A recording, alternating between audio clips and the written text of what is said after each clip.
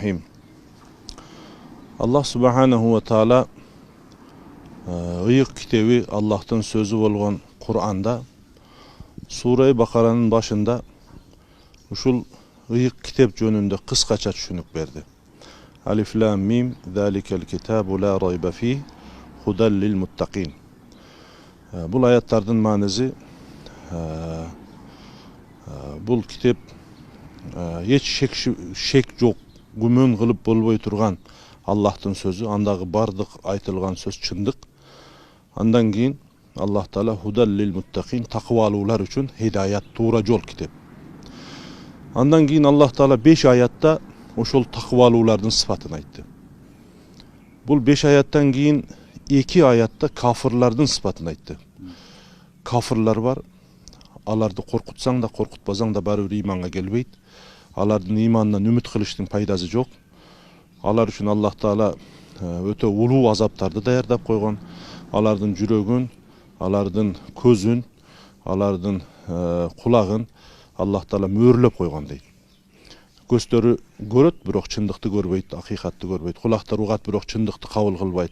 Jüröktörü sogot, birok çındıkты, jakşılıkты kabul kılbayt. Bu kafirler için aytıldı. Şu lelejerde bundan keyinki ayette Allah Teala iki cüzdüylördü, münafıktardı sıpattaş üçün uşunday ulu zat bütün alamdardın Rabbisi 13 ayet keltirdi. Mumundardı sıpattaş üçün 5 ayet yetişti boldu. Kafirlardı sıpattaş üçün 2 ayet yetişti boldu. Münafıktı iki cüzdüğünü sıpattaş üçün Allah 13 ayette bayan kıldı. Bu degeni iki cüzdüğülüğün bilip alış kıyın eken de. Oşun üçün Allah Teala bayan kıldı. Peygamberimiz sallallahu aleyhi ve sellem berekeli hadisinde aytat, münafıktın iki cüzdüğünün 3 sıfatı var. Birincisi süylөгөндө жалган süyleydi. İkincisi uvada kılıp hiç kaçan uvadasını aytkarbaydı. Üçüncüsü amanatka kıyanat kıladı. Bugün oşol sayasatçılarыбыз, oşol el baş çıkarıp atkan adamlardagı %100 sıfatlar şular bolup kaldı. El aldına çıkkanda жалган süyleydi. Şaylonun aldında köp uvadalardı beret birok, birinde atkarbaydı. Bunu televideneden tınbay berip atat. Bundan da uvadalar bergen, birinde atkargan jok dep.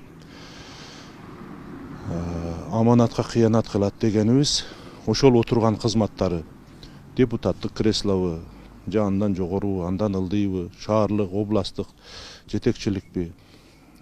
Бул отурган орундары бардыгы аманат. Ата бабасынан мураска алган эмес. Мен ойлойм, баласына да мураска калтыра албайт. Аманат болгондон кийин аманатты кыргызда жакшы макал бар, ээзи келсе бейизин бер дейт. Демек ошол аманатты аманат билип, ошол жерге өзүн байытыш үчүн, же болбосо жакшы жашоо өзүндө жакшы жашоодо жашаш үчүн, же болбосо бала чакасын бир эркелетип ойнотуш үчүн берилген кызмат эмес ал.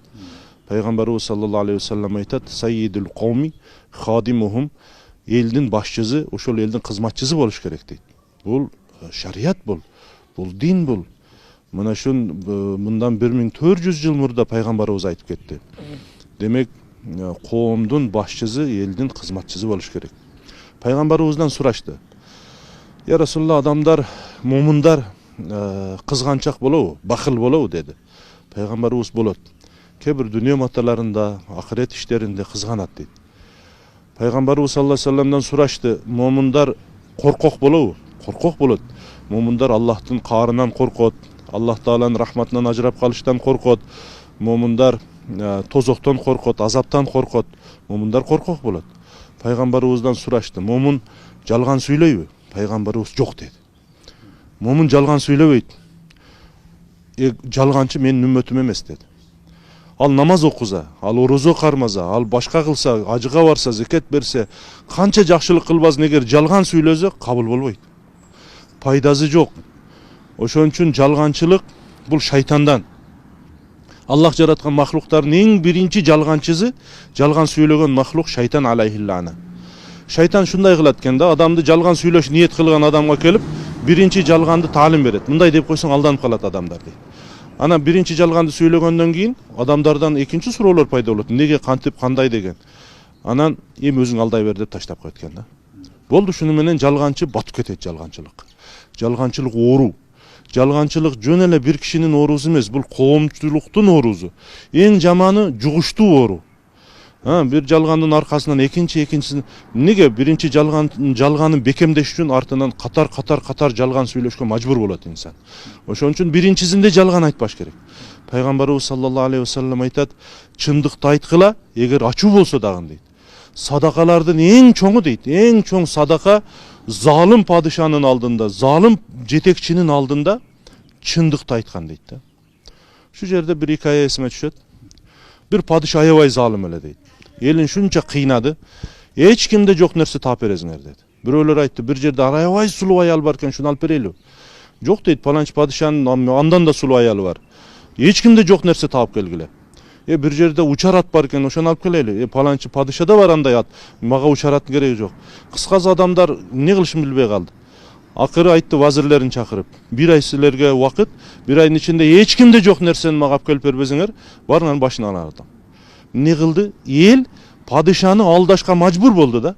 Ne kıldı? Yok ole nerseni falan mamleketten bir saudagerler gelgenken şunday sonuma tap geldi deydi. Ap geldi boş sandıktan içinden alıp görsetip ötet. Yok ole nerse. Eldin bari o sonun eken. Padişan aldaşıp ötet. Anken padişa oşoğa türtüp ötet elin. Anan zor eken sonun eken de ötet. Anan padişa men görбөй атам деп айтканда намыс кылып, сонун экен dedi.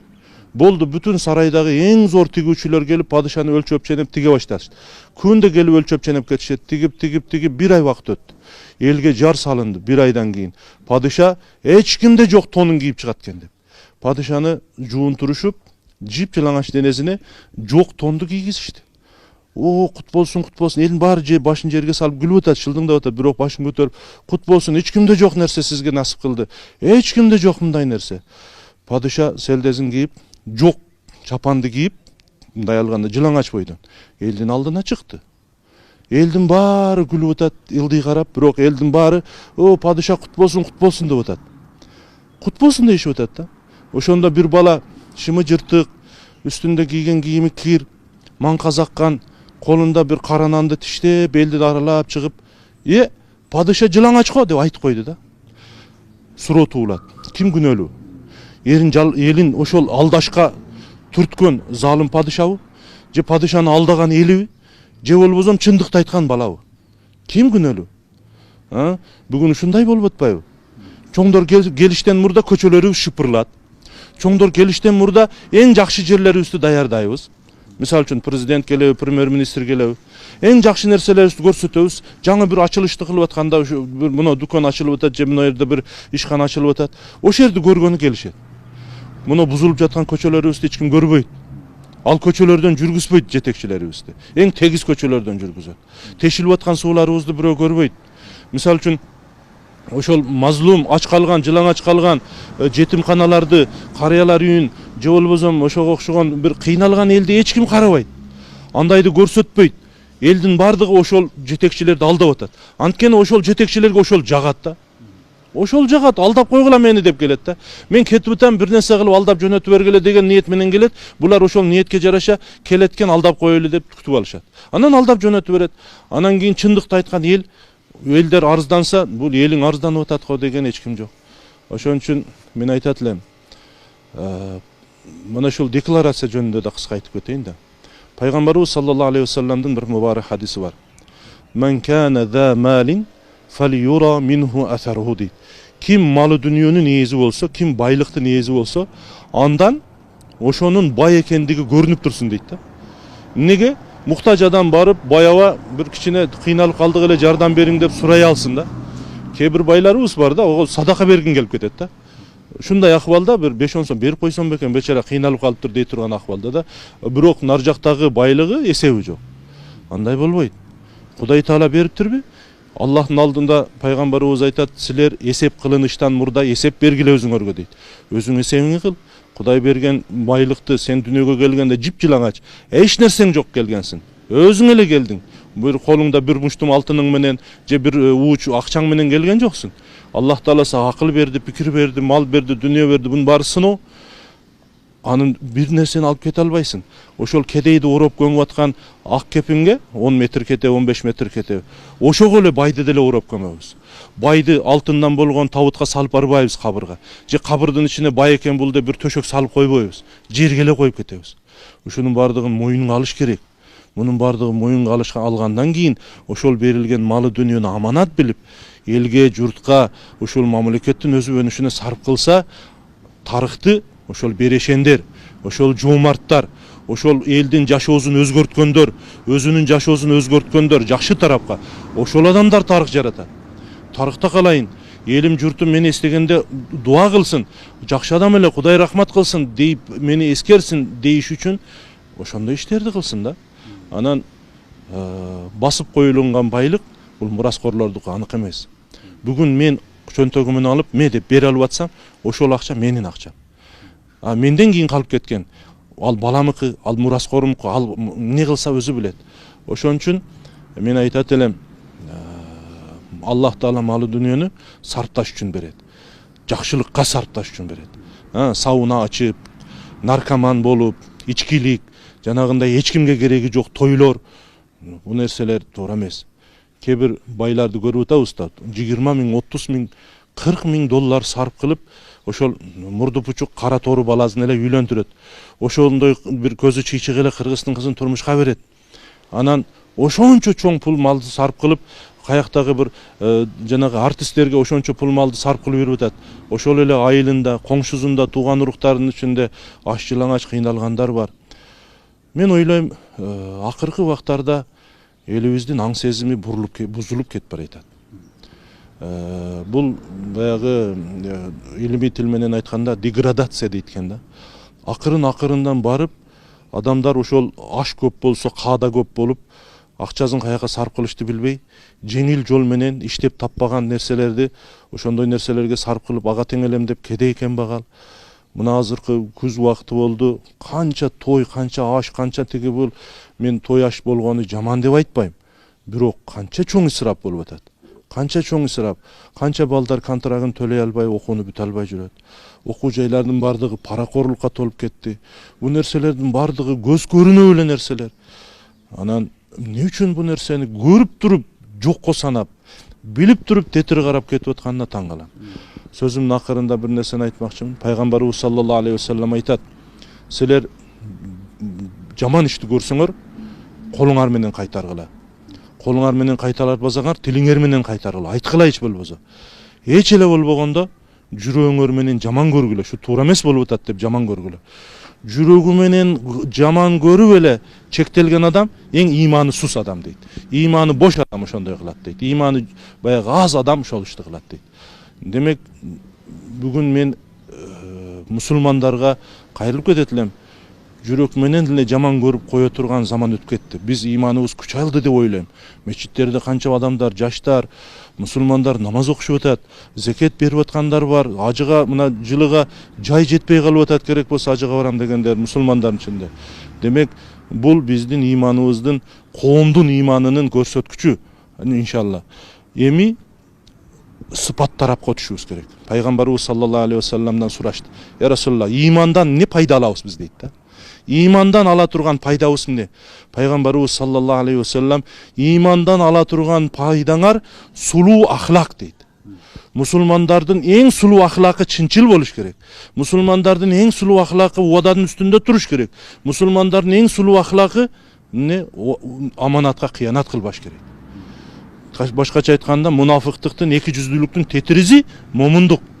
Эми биз момун болушка аракет кылышыбыз керек. Сапатка өтүшүбүз керек. Биздин басканыбызда, турганыбызда, жүргөнүбүздө, сүйлөгөнүбүздө, кылып аткан ишибизде, соода сатыгыбызда, иштеп чыгарып аткан нерсебиздин бардыгында сапат болуш керек.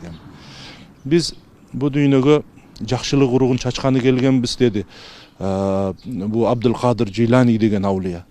Мухаммад алейхиссаламдын үммөтү жакшылык уругуну чачканы келген. Анан биз тестиринче жанагындай мунафыктын сыпатына ээ болуп кете турган болсок, Аллах сактасын. Дүйнөдө биздин жашообуз биз өзүбүздү өзгөртмөйүнчө Аллах Таала силердин жашооңарды өзгөртүрбөйм деген убадасы бар. Бул Аллахтын убадасы. Аллах эч качан убадасына тескери иш кылбайт. Силер жакшы тарапка өзгөрсөңөр, жашооңор жакшы тарапка өзгөртөт. Жаман тарапка өзгөрсөңөр, жаман тарапка өзгөртөт. Биз жалганчы болсок, үстүбүзгө жалганчы падышалар келет. Алар жалганчы болсо, эл андан бешбеттер жалганчы болот. Алар эки жүздүү болсо, эл ошондой болот. Алар аманатка кыянат кылса, эл андан бешбеттер кыянатчы болот.